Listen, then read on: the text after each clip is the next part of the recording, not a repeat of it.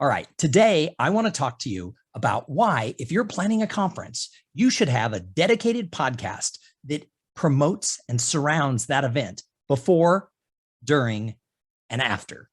So my name is Thom Singer, and I have been working with a lot of associations and companies to create and produce their podcasts. And I realized in talking to a lot of my clients, because I make a lot of my income as a professional speaker and master of ceremonies for association and corporate conferences, in talking to my clients, I know that they often struggle with a lot of areas to make sure that they're going to have everyone engaged in their conference, from speakers to the attendees, to sponsors, and to their general membership or their customers. And getting people more engaged and coming back year after year to the conference, that's a real important goal.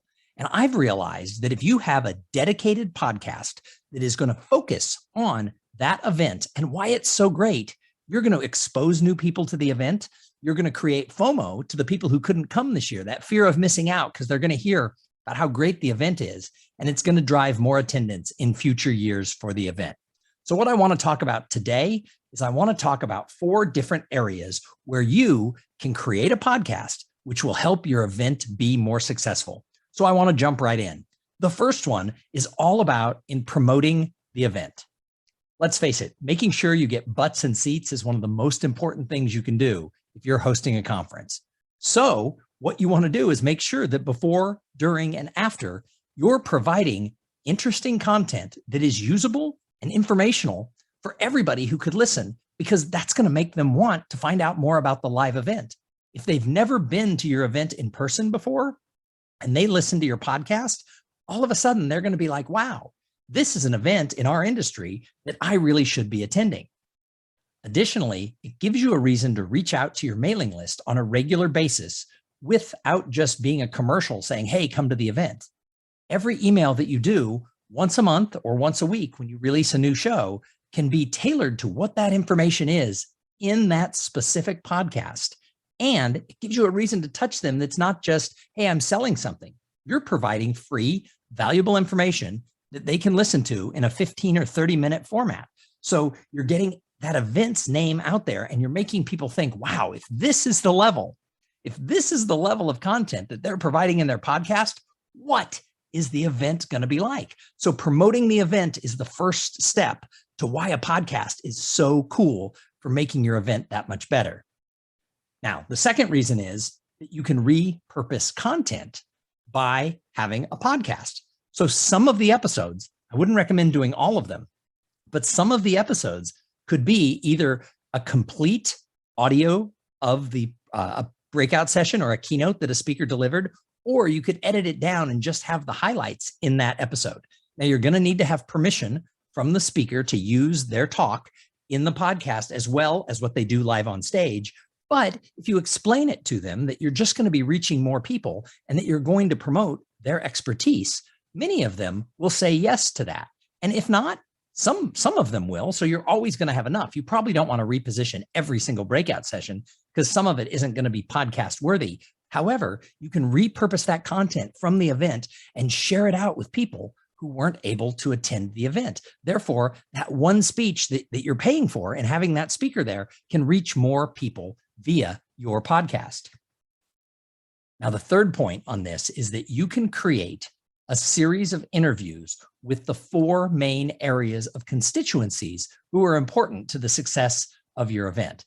So either before or after the event, you can interview these people, and it's a great way for your audience to learn more about them and for them to be able to promote themselves. It's a total win-win. So the first constituency that you can interview is your speakers. Now, you may have paid keynote speakers and you may have industry experts who speak. Either way, you can interview them on the podcast. Now, if you're going to make an interview show, you want to make sure you have somebody leading the way that is a great interviewer, who is pulling information out of them and getting more little tidbits than they would just have if they're just spewing pre-planned answers. That's one of the reasons I recommend organizations hire an outside host. Now, I do that. I actually produce podcasts for events and host them and do the interviews. And I've now done over 1,000 corporate interviews.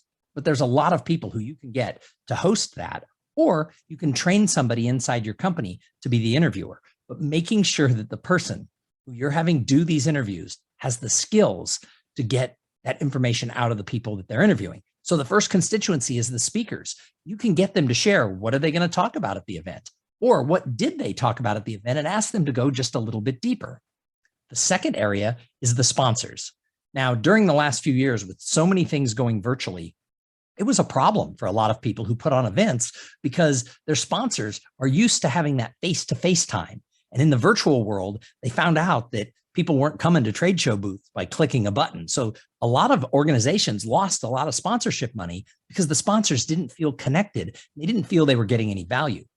One of the things I did with my clients is we interviewed their sponsors for either video or for their podcast, and allowed them not to do a commercial about their organization, but to talk about how they got involved serving that industry and why they sponsor the conference. Guess what? The sponsors love that type of opportunity to be able to come on as a human and not have to prepare some sort of a talking head speech. So often when you have a live conference, you give sponsors like a speaking spot. Some of them are great. They have someone on their committee or on their team who's really good. But sometimes they just don't have anybody and their speech falls flat. But if you can have a great interview with a sponsor that's going to highlight their expertise and why they do things so well, they're going to be thrilled and they're going to see the value in giving you the money to sponsor your conference. So interviewing your sponsors on your podcast, an amazing, great idea to create a win-win situation. Now, the third constituency is the VIPs from your organization. Whether you're a trade association or a company, you have key people who want to share information with the people who would be listening to your podcast and the people who will be attending your conference. So you can have the CEO, the head of marketing, the head of product development.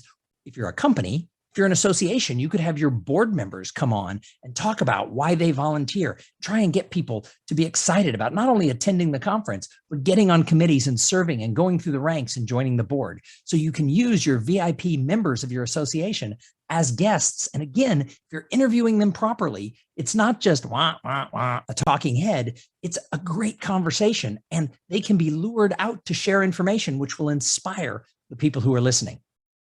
And the fourth constituency is the attendees of your event.